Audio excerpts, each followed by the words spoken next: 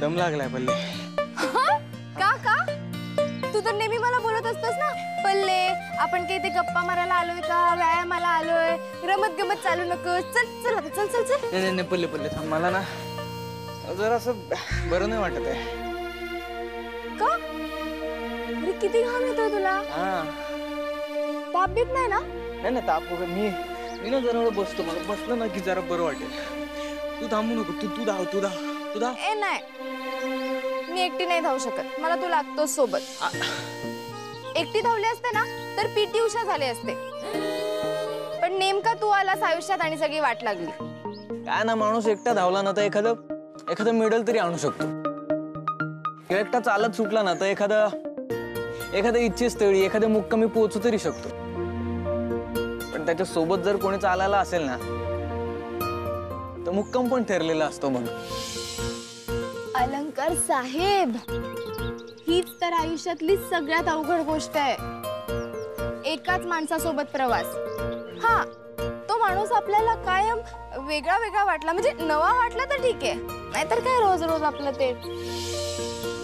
बायकांना ही गोष्ट कळत नाही. पल्ले वेड्या, बायका जेव्हा असं म्हणतात ना तेव्हा त्यांना बदल हवा असतो. तू किती बदललास, निदान एवढा ऐकून तरी नवरा बदलेल अशी अपेक्षा असते. आता बघ ना, नवरात्रीत बायका उत्साहाने 9 दिवस 9 वेगवेगळ्या रंगाच्या साड्या नेसतात, पण पुरुष साध्या दाढीची तरी स्टाईल बदलतात का? पहिले बायकांना खूप हौशी असतात, हौस असते त्यांना खूप. पुरुषांनी का नसावं? अरे हाच तर प्रश्न आहे. आता काही नवरात्रीत बायका वेगवेगळ्या साड्या देवीसाठी नेसत नसतात. मग देवीने सांगितलंय का अमक्या दिवशी अमुक कलर, तमक्या दिवशी तमुक कलर? हे सगळं ना त्या आपल्या माणसासाठी करत असतात. पण पुरुष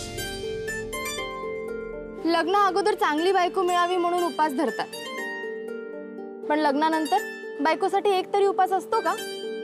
बायका मात्र लग्ना अगोदर पण आणि लग्नानंतर पण खरं तर आयुष्यभर नवऱ्यासाठी उपास करत असतात.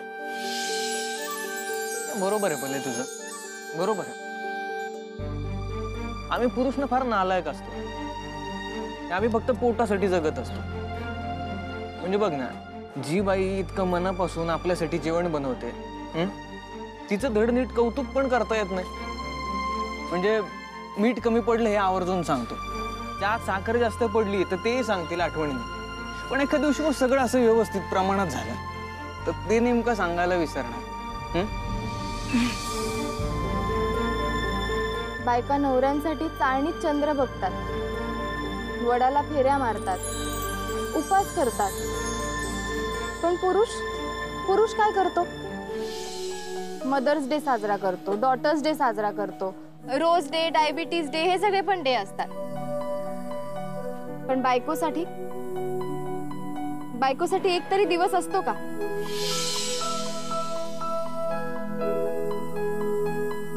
पण तू ना, तू टिपिकल नवऱ्यांसारखा नाहीयेस, म्हणून मला आवडतोस आणि म्हणून कायम सोबत लागतोस माझ्या. अलंकार,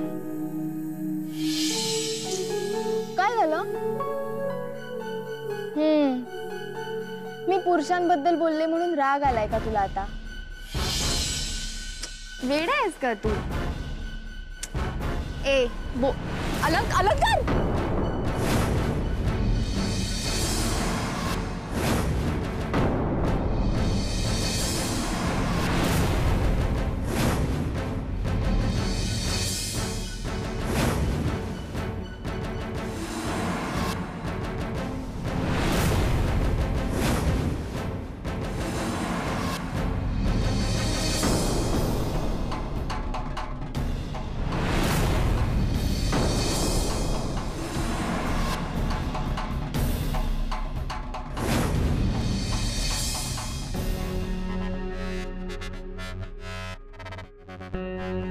डॉक्टर, काय झालं? तुम्ही अशा घाबरून जाऊ नका. मला असं वाटतं त्यांना विकनेस आला. आपण त्यांच्या काही टेस्ट करूयात. टेस्टचा रिपोर्ट आला की कळेल नेमकं आपल्याला काय झालंय ते.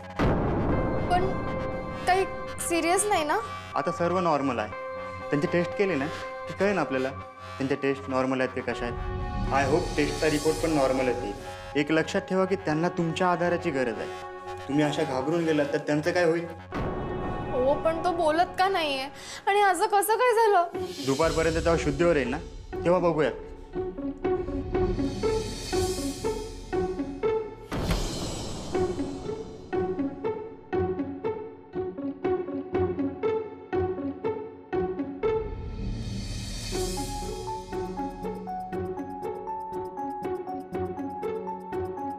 काय झालं त्यांना?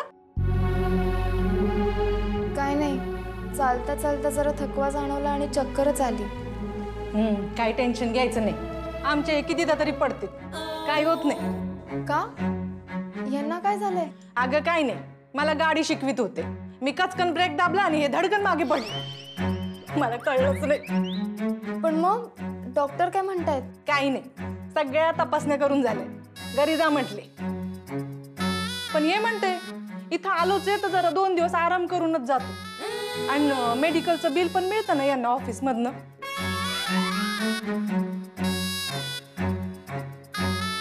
सांग, सगळं सांग. तुला काय सांगायच्या लायकीचीच नाहीये. आता मी काय सांगितलं? हे ऑफिस मधून मेडिकलचं बिल मिळतं हे सांगायची काही गरज होती काय? आता तुम्ही कुठे सांगितलं होतं हे सांगायचं नाही म्हणून? आता सगळं मीच सांगू? मग काय शेजारची येऊन सांगतील का?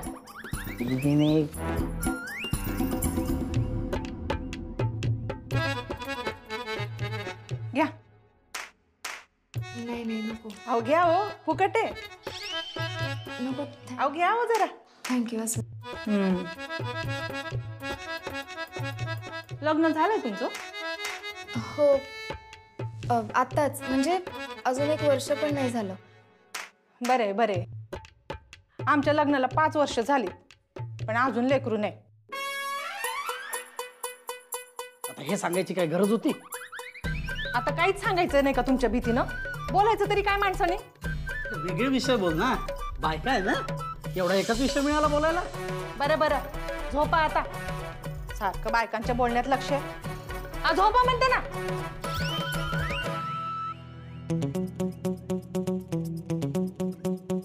रामदेव बाबावानीच दिसतो तुझा नवरा. योगा बिगा करतो का? नाही. अगो करायला पाहिजे ना. मी तर रोज यांना सांगते योगा करा योगा करा, पण ऐकतच नाही. आता परवा आम्ही मंदिरात गेलो, 4 पायऱ्या चढले आणि धाप लागली यांना. आता असं काही खरं आहे का? आता देवाचं पण बोलायचं नाही का? देवाचं बोल ना, मला कशाला घुसवते धावळ्यामध्ये?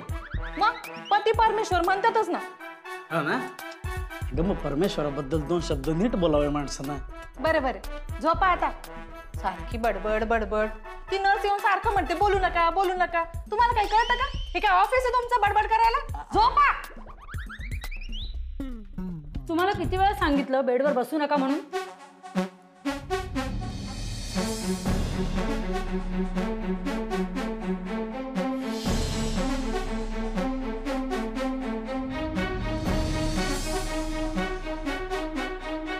सिस्टर, काय झालंय? डॉक्टरांनी औषध द्यायला सांगितलंय. हो पण नेमकं काय झालंय? असं का होतंय याला? हे बघा, आत्ता काहीच सांगता येणार नाही. डॉक्टर येतील थोड्या वेळाने, ते बोलतील तुमच्याशी. आणि तुम्ही स्टूलवर बसा. चांगले 5-10 हजार झाल्याशिवाय काही सांगायचे नाहीत ते.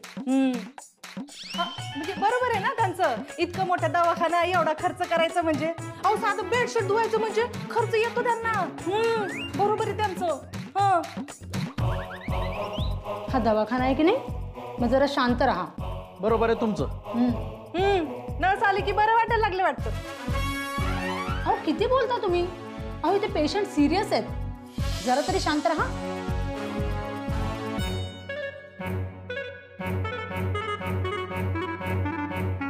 आता मला सांगा, पेशंट सिरियस आणि आपण पण सिरियस व्हायचं?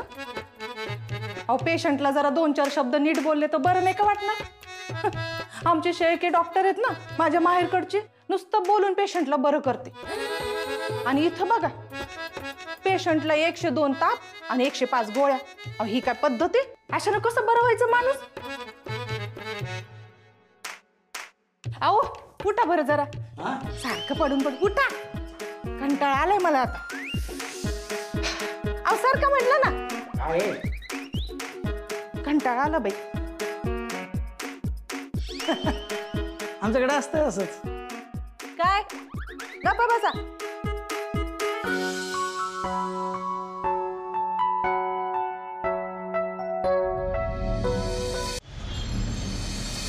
ब्लड टेस्टचा रिपोर्ट आहेत ना नॉर्मल आहे. टेन्शन घ्यायचं आहे ना, काहीच कारण नाही. हो पण मग तो अजून शुद्धीवर का येत नाहीये?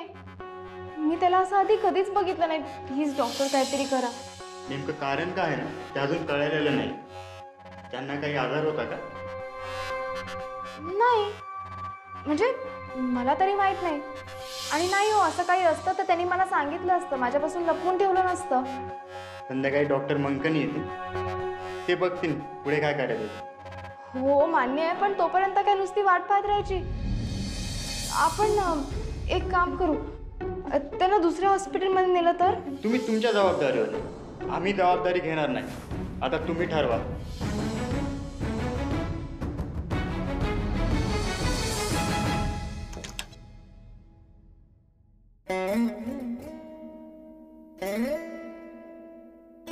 काय झालं? कुठे निघालात? अगं काही नाही ग, डॉक्टर म्हणाले बिल वाढून देणार नाही. मग कशाला थांबायचं फुकट इथं? आता हे सांगायची काही गरज होती? मग काय सांगू, साधं 2 दिवसापासून मला टीव्हीची सिरियल पण नाही पाहायला भेटली. एक मिनिट, बिल वाढवून देणार नाहीत म्हणजे? अगं मगाशी मी तुला म्हणाले ना, यांच्या ऑफिसमधनं मेडिकलचं बिल मिळते. मग वर्षातनं असं 1-2 वेळा खर्च दाखवायचा. आहे सोय तर घ्यायचा फायदा. म्हणजे आजारी नसताना आजारी असल्यासारखं दाखवायचं? अगं दाखवावं लागतं, नाही तर पैसे वाया जातात उगाच. नाही, असं नेहमी नाही होत आमचं. पहिल्यांदाच झालंय. हा, नेहमी नेहमी नाही करता मी. माहितीये. बरं हे तुला फळ ठेवू का? नाही नाही नको. अगं राहू दे ग, फुकटच आहेत. हा. बरं यांच्याबद्दल काय म्हणाले डॉक्टर? बघा ना, मला तर काहीच कळत नाहीये, काही सांगतच नाहीये डॉक्टर. अगं काही काळजी करू नको, ते मंकनी डॉक्टर आहेत ना, ते लई चांगला माणूस आहे बघ. कोण? अगं मंकनी डॉक्टर. इथले बाकीचे तुला काही सांगायचे नाही, पण ते मंकनी डॉक्टर आहेत ना, ते खरं काय ते तुला सांगतील बघ. अगं मागच्या वेळेला आमचे हे डोक्यावर पडले होते बघ. ओ, काही काय बोलता? डोक्याला लागलं होतं असं म्हणा. तेच ते, यांच्या डोक्याला लागलं, पण माझ्या डोक्याला एवढा ताप झाला म्हणून सांगते ना. पण ते मंकनी डॉक्टर होते ना म्हणून निभावलं सगळं. नाही तर हे आधीच हाफ मॅड फुल मॅड झाले असते नसते. मला पोलमॅड करताय, घरी चला. बरं तू काळजी घे. हा, आणि हो ती फळं खाऊन घ्या. फुकट आहेत. ओ चला लावायला.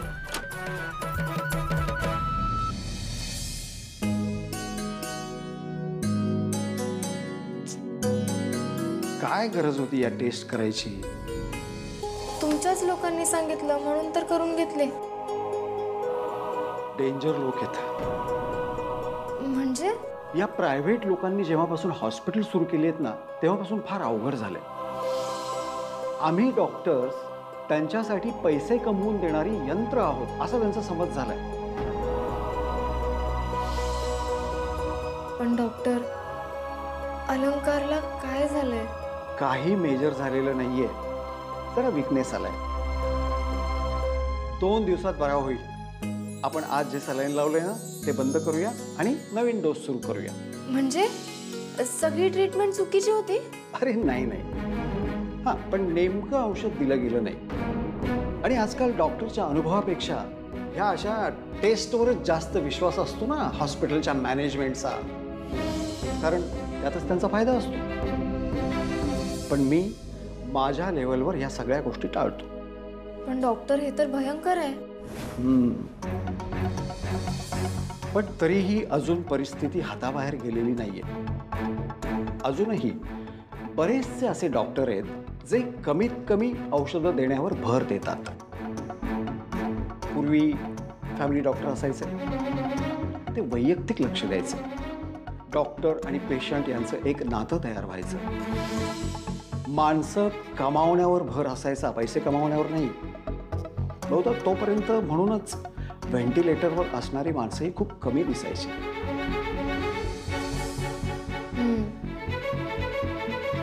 थँक्यू डॉक्टर, तुम्ही एवढ्या काळजीने एवढं सगळं करता म्हणून तर लोक तुमचं नाव काढतात. कसं आहे, जेव्हा सगळे पर्याय संपतात ना तेव्हा माणूस डॉक्टरकडे येतो. अशा वेळी जबाबदारीनं वागणं हे काम असतं आमचं. पेशंटचा डॉक्टरवर विश्वास असला तरच तो लवकर बरा होतो आणि हा विश्वास हळूहळू कमी होत चाललाय हे खरं आहे. खरं तर डॉक्टर हेच एक गुणकारी औषध असतं पेशंटसाठी. डॉक्टर विश्वासानं बोलले ना तर बरेच पेशंट मनाने बरे होतात, सावरतात. हे विश्वासाचं औषध टिकवण्याची जबाबदारी आम्हा सगळ्या डॉक्टरांवर आहे.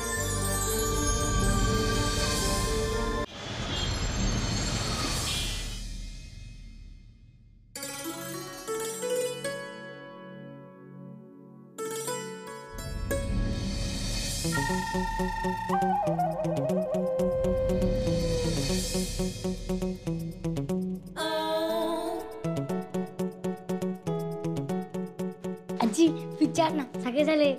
संकेत, अरे गप्प बस आजी, विचार ना, मला बोर होत आहे.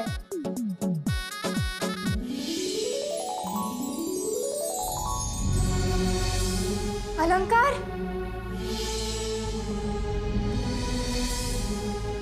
हळू हळू हळू हळू. काय काय हळू काय काय झालं होतं तुला? आता बरं वाटतंय ना? तुला माहितीये मी किती घाबरले होते. एकतर इथे कोणी काहीच सांगत नव्हतं. मग मंकणी डॉक्टरनी सांगितलं तू अगदी नीट आहेस. तेव्हा कुठे जाऊन जीवात जीव आला. अरे तू शांत, मी बघ शांत.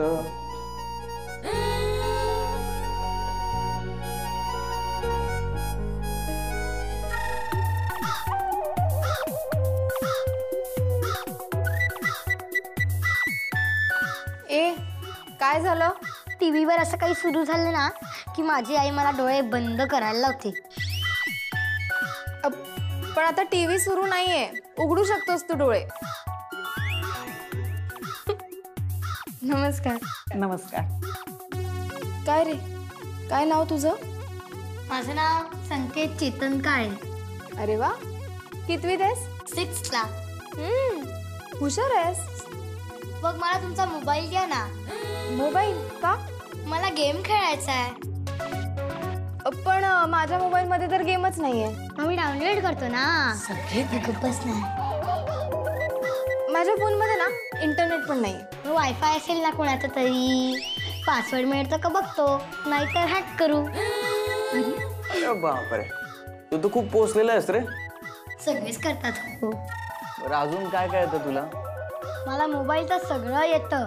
मी माझ्या आईला शिकवलंय मोबाईल कसा वापरायचा. मी आजीला शिकवायला गेलो ना तर ती नको म्हणते. तीच त्याचा जुना फोन वापरते आणि त्या जुना फोन मध्ये काहीही गेम नसतात. मग चांगलंच आहे. तसंही जास्त वेळ फोन वापरायचाच नसतो. मी आधी लेक्चर ऐकलंय. तुम्ही तुमचा फोन द्यायचा नसेल तर देऊ नका, पण हे भाषण देऊ नका. एक मिनिट देते देते देते थांब.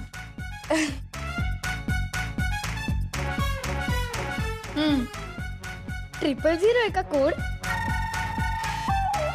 अरे माझी बायको असून मला माहित नाही कोड, आणि तुला कसं रे माहित? टाईप करताना लक्षात येतो. बरोबर, आता मला कोणी डिस्टर्ब करू नका. थांबा.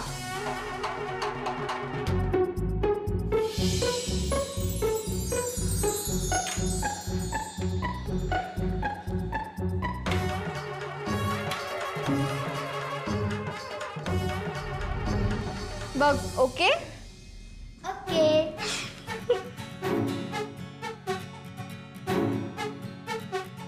लव यू. Love you too. ताई, तुझा ईमेल आयडी काय आहे?